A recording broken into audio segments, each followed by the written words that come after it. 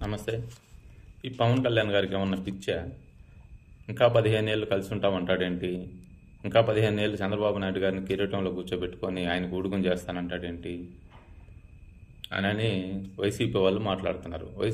TV డిబేట్లలో ఎనలిస్టులు కూడా అలాగే మాట్లాడుతున్నారు. వైసీపీ వాళ్ళు మాట్లాడుతున్నారంటే అర్థం ఉంది. మరి టీవీ డిబేట్లలో ఎనలిస్టులు ఎందుకు మాట్లాడుతున్నారు? వైసీపీ వాళ్ళు దేని గురించి మాట్లాడుతున్నారంటే ఈ ప్రభుత్వాలు ఈ కూటమి ప్రభుత్వం కలిసి ఉంటే వాళ్ళకి గెలిచే అవకాశం లేదు, ఖచ్చితంగా లేదు.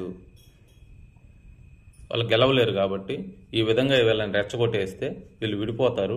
ఏదో ఒక విధంగా మనం వచ్చేసి ప్రభుత్వాన్ని స్థాపించుకొని దోచుకొని తినొచ్చు అనేసి వాళ్ళ స్వార్థంతో మాట్లాడుతున్నారు. వాళ్ళ గురించి పక్కన పెడితే అనలిస్టులకి వాళ్ళ బుద్ధి ఏమైంది? పైగా మా జనసేన నాయకులు, మన జనసైనికులు కూడా బాధపడిపోతా ఉన్నారు. మనం సొంతంగా గెలిచే వాళ్ళం కదా అని విర్రవీగిపోతున్నారు.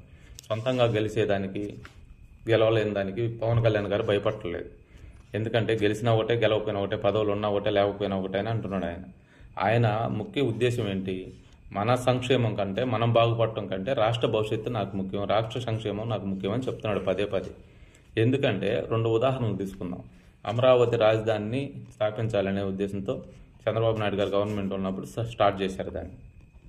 ఆ తర్వాత జగన్మోహన్ రెడ్డి గారు గవర్నమెంట్ రాగానే దాన్ని మూలపడేశారు. దాని నిండా నీళ్లు పడిపోవటం, ఆ స్టీల్ అంతా తుప్పు పట్టిపోవటం, నాశనం అయిపోయింది అనుకోండి. ఇంకా అన్నట్టు శ్మశానం వాళ్ళు అన్నారు, వైసీపీ వాళ్ళు అన్నట్టుగా శ్మశానం లాగా తయారైపోయింది అది. ఆయన 3 రాజధానులు కడతాను అది ఇది అని చెప్పి దాన్ని పక్కన పడేశాడు. మళ్ళీ రేపు ఈ కూటమి ప్రభుత్వం వచ్చిన తర్వాత మళ్ళీ స్టార్ట్ చేసింది, దాని పురోగతి మొదలవుతుంది. మళ్ళీ రేపు జగన్మోహన్ రెడ్డి గారు వచ్చారనుకోండి, ఏమవుతుంది? దాన్ని పక్కన పడేస్తారు. ఇదంతా ప్రజాధనం వేస్ట్ అయిపోయినట్టే కదా, అభివృద్ధి ఆగిపోయినట్టే కదా.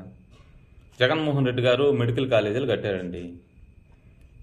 కూటమి ప్రభుత్వం వచ్చి ఏం చేసింది? మెడికల్ కాలేజీలను అటు పక్కన పెట్టేసింది. ప్రస్తుతానికి పీపీపీ విధానం అదే ఇదే అనేసేసి దాని పరిస్థితి ఏంది? ఎన్ని వేల కోట్ల లాసు. ఇది ప్రజాధనమే కదా, ఇది వేస్టే కదా. సో గవర్నమెంట్లు మారుతూ ఉంటే, ఈ 2 ఉదాహరణకే చెప్పే, ఇలాంటివి లక్షల్లో ఉన్నాయి. మన రాష్ట్రానికి సంబంధించిన ప్రజాధనం వేస్ట్ అయిపోతుంది. ఈ 2 ఉదాహరణ మాత్రమే చెప్పాను నేను మీకు. సో ఒకే గవర్నమెంట్ ఉంటే అభివృద్ధి అలాగే కంటిన్యూషన్ అయిపోతుంటుంది. మళ్ళా గవర్నమెంట్ మారితే రీటెండరింగ్ అనేసి అదనేసి ఇదనేసి దానికి ఖర్చులో నీళ్లు తోడటానికి, మట్టి తోడటానికి, తుప్పు పట్టిన స్టీల్ తీసి మళ్ళీ కొత్త స్టీల్ వేయడానికి, లేకపోతే గవర్నమెంట్ ప్రైవేట్ వాళ్ళకి ఇవ్వడానికి, ఇవన్నీ రాష్ట్రానికి సంబంధించిన డబ్బు వృధా అయిపోతుంది. ప్రజల సొమ్ము నాశనం అయిపోతుంది. అభివృద్ధి అట్టే ఆగిపోతుంది. ఇది పంతాలతో కూడిన రాజకీయాలు ఇవన్నీ. నువ్వెందుకు చేయాలి, నేను ఎందుకు చేయకూడదు, నేను ఎందుకు చేయాలి, నువ్వెందుకు చేయకూడదు, ఇట్లా. అందుకని దయచేసి పవన్ కళ్యాణ్ గారు చెప్పే మాటలు అర్థం చేసుకోండి ప్లీజ్.